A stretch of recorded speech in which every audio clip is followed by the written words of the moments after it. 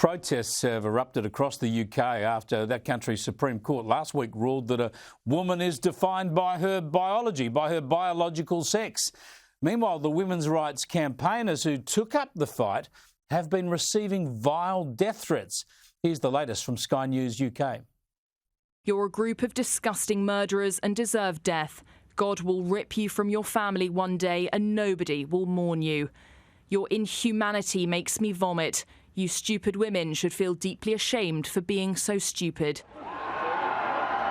The fight to protect sex-based rights led supporters of the trans community to march outside the heart of democracy. Trans rights are human rights! That was the message people here wanted to get across. Trans rights are human rights! 7 statues nearby were covered in pro-trans graffiti, including suffragist Millicent Fawcett. And a small number of these were seen in the crowd, a quite literal sign directed at people who agree with For Women Scotland. The Met says it's investigating signs at the protest, so far none deemed to have broken the law. Let's cross to News Corp's European correspondent, Sky News contributor Sophie Elsworth in London.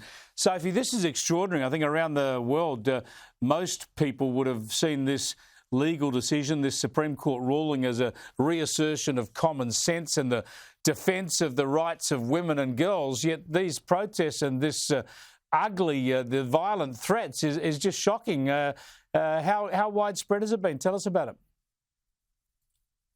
Well, Chris, I was down here at Parliament Square, where I'm located now, on Saturday when the protests were going on. There were thousands of people here, and just behind me here, Chris, you can see in the statue here of former South African Leader Smuts, it's totally damaged. They've had to put plastic around it, cover it up. There's messaging and graffiti on there that trans rights, pro-trans rights messages written all over these statues. All the statues around here, many of them were damaged. So we've got security down here today and many people looking at these statues, concerned by what they're seeing, Chris.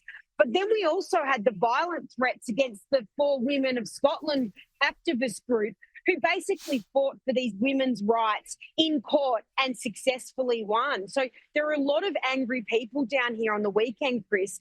And also alongside me, there were fences put along the side of me with cable ties.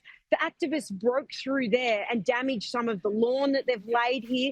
So real concerns here, and now police are asking for people to come forward with information about how this graffiti happened and who is responsible.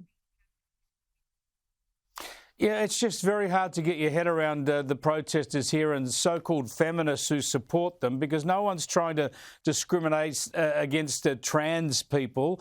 It's about protecting the rights of women and girls in particular. And I suppose to the extent that there are people arcing up about this, these are biological men who are protesting that they're not allowed to claim to be women. I mean, I just think it's a fringe group here that nobody's trying to isolate, but it's generating so much hatred.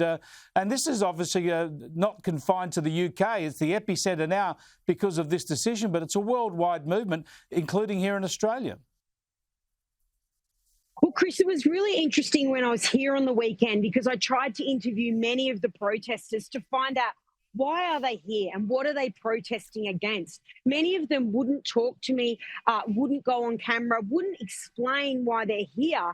And I really wondered if many knew what they were actually fighting for here. They seemed, some of their messages weren't direct to the point to know what are they fighting against here, because the court ruling was pretty clear that a biological woman is deemed from their biology when they were born. But today, in the front here, Chris, I've got one of the front pages of the Daily Express here saying disgraceful court heroes targets for vile abuse. I mean, the front pages here every day at the moment, it's all about the gender debate. And there's many Labor MPs quite annoyed with this decision. There was leaked WhatsApp group that revealed some of them are plotting what to do next because they're deeply unhappy with the decision. And the Labor government has been largely very quiet since this decision was handed down, because it's so divisive within their party and within the community. It is just so extraordinary when you think of how hard many people have had to fight right around the world for equality for women, and how they need to still fight around the country for the rights of women. You're saying basically biological men should also be able to usurp those rights.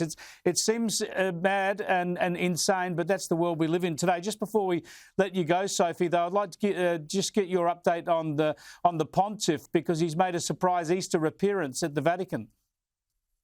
He did indeed, Chris. The 88-year-old was out in front of thousands of worshippers on Easter Sunday. He only said a few words. He still doesn't look in great health. He was wheelchair bound. And then he did a circle round in the Pope-mobile, as we can see on the camera there, just waving to the crowd. Many people happy to see him out in public, but it doesn't seem like he's fully recovered from his illness, which included bronchitis and double pneumonia. But many worshippers obviously are very happy to see him out and about, and hoping that he can make a full recovery very soon if he hasn't yet made one. Spot on. Thanks again, Sophie. Appreciate it. Sophie Elsworth there, live from London, all over it as usual.